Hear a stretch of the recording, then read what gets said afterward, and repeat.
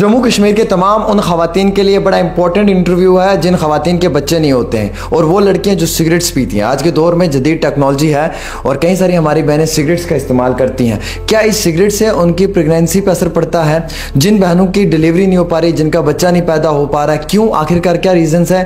और ये तमाम सवालात जो हैं वो डॉक्टर रुबीना जी से पूछे जाएंगे, और हालांकि ये इन तमाम सवालात का सही और दुरुस्त जवाब भी देंगे। और उम्मीद रखता हूँ नाज़रीन किराम के इस इंटरव्यू से आप लोगों को बहुत फ़ायदा होगा। 29 तारीख को एक free medical camp doctor KD multi speciality hospital में होने जा रहा है। यहाँ पे आएँ और अपना फ्री में मेडिकल करवाएं, और साथ ही साथ अपने टेस्ट भी जो है वो आप फ्री में करवा सकते हैं। डॉक्टर रुबीना सिंह को तो आप जानते हैं कि रिनोव्ड डॉक्टर हैं, IVF हैं, और कई बार हमारे इंटरव्यूज़ हुए हैं और हज़ारों की तादाद में तो आप लोगों ने मुझे ही फ़ोन कॉल्स किए हैं। एक तो मैं क्लियर कर दूं कि इनका नंबर कैप्शन में दिया होता है, मेहरबानी करके आप इन्हें कॉल करें। और दूसरी ये बात है सबसे इम्पॉर्टेंट कि ये 29 तारीख का जो फंक्शन होने जा रहा है, इसका क्या मकसद है, और 100 से ज़्यादा अभी तक की जो है वो इनके माइलस्टोन्स हैं कि वो महिलाएं, वो हमारी बहनें, वो औरतें जिनके बच्चे नहीं हो पा रहे थे, आज अल्लाह मालिक ने, वाहिगुरु जी ने, भगवान ने उनकी कोख में जो है वो उनका बच्चा दे दिया है, और खुशी खुशी घर में वो एंजॉय कर रहे हैं, और डॉक्टर रुबीना सिंह का शुक्रिया अदा भी कर रहे हैं। डॉक्टर साहब, मुझे क्लियर ये बताएं सबसे पहले कि ये 29 तारीख को आप जो सुबह के 10 से लेकर 4 के बीच में कैंप करने जा रहे हैं, इसमें क्या एडवांस टेक्नोलॉजी का इस्तेमाल होगा? इसमें किस तरीके का चेकअप होगा? और जो महिलाएं, जो हमारी बहनें ऑलरेडी ट्रीटमेंट मुख्तलिफ जगहों पर करवा रही हैं, उनके लिए क्या गाइडलाइंस रहेंगी? मुझे याद है मैंने आप ही के साथ इंटरव्यू करी थी जब हमने ये सेंटर ओपन किया था, और आपने और आपके चैनल के माध्यम से काफ़ी लोगों तक हमारी बात पहुंची, और हमने इस पूरे साल में काफ़ी लोगों ने हमें प्यार दिया, एक्सेप्ट किया, और हमने IVF किया, और हमने 100 पेशेंट्स जो हमारे प्रेगनेंसी अचीव हो चुकी है।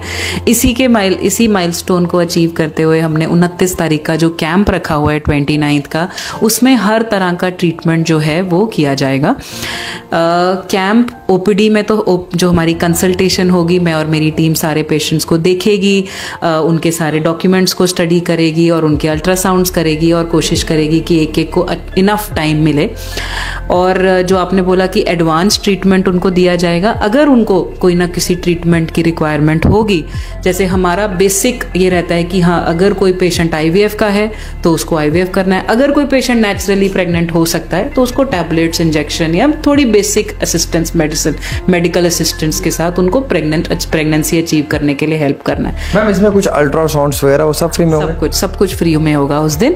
और इसके बाद जब हम IVF, अगर कोई पेशेंट IVF का भी होगा तो उनको भी बहुत नॉमिनल चार्जेस पे हम IVF करेंगे उनके लिए। मैम, सबसे इंपॉर्टेंट चीज़ ये होती है कि ना, ये टेक्निक्स का इस्तेमाल मेट्रोपॉलिटन सिटीज़ में होता था, जैसे दिल्ली में आपने काम किया, काफ़ी एक्सपीरियंस है बड़े बड़े हॉस्पिटल्स में, बट जम्मू में भी ये चीज़ स्टार्ट हो चुकी है और आपने 100 का टारगेट अचीव किया है। क्या इसमें कोई ड्रॉबैक होता है मैम, कोई लिमिटेशंस होती हैं, या इसमें ऐसा होता है कि कभी कोई मुश्किलात फेस करनी पड़ती है? क्योंकि हार्डशिप्स भी तो रहते होंगे आप लोगों के लिए ऑब्वियसली। हर केस डिफरेंट है और हर केस इंपॉर्टेंट है हमारे लिए, तो हर केस में हमारे एक्सपीरियंसेस भी बहुत डिफरेंट होते हैं, राइट? सो ऐसा नहीं है कि कोई डिफिकल्ट है, बट कई बारी ना हमें कई बारी खुद को फील होता है कि हम डॉक्टर हैं और हम इतनी बात करते हैं, लेकिन हम कभी लोगों को अवेयर नहीं कर पा रहे, इतने लोगों तक बात नहीं पहुंचा पा रहे कि इन सभी प्रॉब्लम्स के भी ट्रीटमेंट अवेलेबल हैं। कई बारी लोग हमारे पास 50 साल पे आ रहे हैं, 45 ईयर्स पे आ रहे हैं, अवेयरनेस नहीं है। तो वो टाइम पर अगर हमारे पास आ जाए तो हो सकता है हमें भी टेस्ट ट्यूब बेबी ना करना पड़े उनके लिए, हो सकता है उनका छोटा कोई सिंपल दवाई, इंजेक्शन, अल्ट्रासाउंड से ही, मतलब बेसिक ट्रीटमेंट से ही डायग्नोसिस हो जाए और प्रेगनेंसी अचीव हो जाए। मैम, एक इम्पॉर्टेंट सा सवाल है कि बाज़ औक़ात जो लड़के सिगरेट्स पीते हैं, अल्कोहल का इस्तेमाल करते हैं, गलत एक्टिविटीज़ में इन्वॉल्व होते हैं, क्या इसका भी इम्पैक्ट पड़ता है उन पे, और कल को जब वो शादी करते हैं तो फिर उनकी बीवी जो है वो प्रेग्नेंट नहीं हो पाती है? नहीं, देखो, स्मोकिंग तो वैसे ही बॉडी के लिए अच्छी नहीं है, अल्कोहल भी अच्छी नहीं है, तो इन सारी चीज़ों के बॉडी पे तो इल इफेक्ट्स रहते ही हैं। अब फर्टिलिटी के अंदर हमने फीमेल्स में भी स्मोकिंग देखनी स्टार्ट कर दी। फीमेल्स में एग्स जो हैं वो स्मोकिंग की वजह से इतने कम हो जाते हैं कि अगर मुझे कोई फीमेल ना भी बताए कि वो स्मोक कर रहे हैं, हमें एग देख के समझ आ जाता है कि यहाँ पर कहीं ना कहीं पे स्मोकिंग की हिस्ट्री है।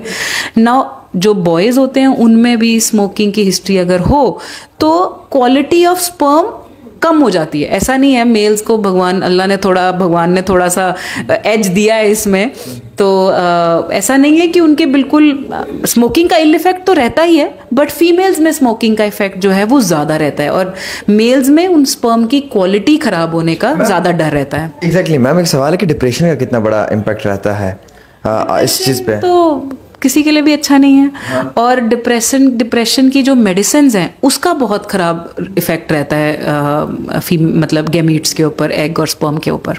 अच्छा मैम, जो 29 तारीख को आपका कैंप होने जा रहा है, इस कैंप में आपकी कोशिश रहेगी कि आप ज़्यादा से ज़्यादा लोगों को चेक कर पाए, है ना?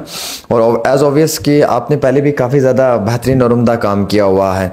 आपका क्या पैगाम रहेगा जम्मू कश्मीर के उन तमाम बुज़ुर्गों के लिए, उन तमाम ख़वातीन के लिए, मर्द अफराद के लिए जो आज भी इस जदीद दौर में भी इस चीज़ पे बिलीव नहीं करते कि यार नहीं मतलब खुद का बच्चा होना चाहिए, लाइक मतलब यार ये नहीं कि ये बेबी ने मशीन का है यार, ये हमारा अपना नहीं है, हमें इससे वो फील नहीं आ रहा है यार, लाइक वो वाली चीज़ जो होती है ना वो हमारे जहन में होती है। तो इस चीज़ को कैसे क्लियर करेंगे आप? लोगों तक मेरा ये मैसेज आपके थ्रू ज़रूर पहुंचना चाहिए कि ये बेबी बना मशीन में है पर है वो आपका अपना ही। बनाने का तरीका डिफरेंट है लेकिन वो साइंस है। देखो जैसे मैंने कोई साइड इफेक्ट तो नहीं होता है, लाइक जैसे माँ के पेट में है तो बड़ा अच्छा महसूस हो रहा है, बाहर बन रहा है तो यार ये क्या बन रहा है? नहीं, तो बनता तो बाहर 5 दिन के लिए ही है, बाकी के पूरे 9 महीने तो वो माँ के अंदर ही बनता है। अच्छा। 5 दिन के लिए ही बस उसको हम अपने पास लैब में बनाते हैं, 5 दिन के आगे तो हम ग्रो नहीं कर सकते, तो डालते तो हम वापस फीमेल की बॉडी में ही है। तो वो बच्चा तो उसी कपल का ही होता है। बनाने का तरीका डिफरेंट है, हम बनाते हैं पर बच्चा एग और स्पर्म तो उन्हीं कपल का ही यूज होता है और उस फीमेल के यूट्रस में हम डाल देते हैं और 9 महीने बाद डिलीवरी होती, कई बारी सिंगल प्रेगनेंसी हो जाती, कई बारी ट्विन्स हो जाते हैं, कई बारी ट्रिपलेट्स हो जाते हैं। तो वो एक थॉट है कि इसमें हमने साइंस के थ्रू ये बनवाया, लेकिन वो है तो आपके अपना ही बेबी। सो इस थॉट को अपने माइंड से, इस मिथ को, हालांकि इस मिथ को क्लियर करना जरूरी है कि अब इस साइंस ने काफी डेवलपमेंट कर ली है और डर के, घबरा कर, ये सोच के कि किसका बच्चा होगा, ये सोच के आईवीएफ से डरना नहीं है। टाइम पर आएंगे तो हो सकता है आपका आईवीएफ बच जाए। डीओए नवरात पर रब्ता करवाएं, ज़्यादा से ज़्यादा क्वायरीज करें और जितनी इन्फॉर्मेशन हो सकती है वो आप तक पहुंचाइए। बाकी डॉक्टर रुबीना सिंह जी जो हैं वो आपको वक्ती तौर मदद व इमदाद करेंगी।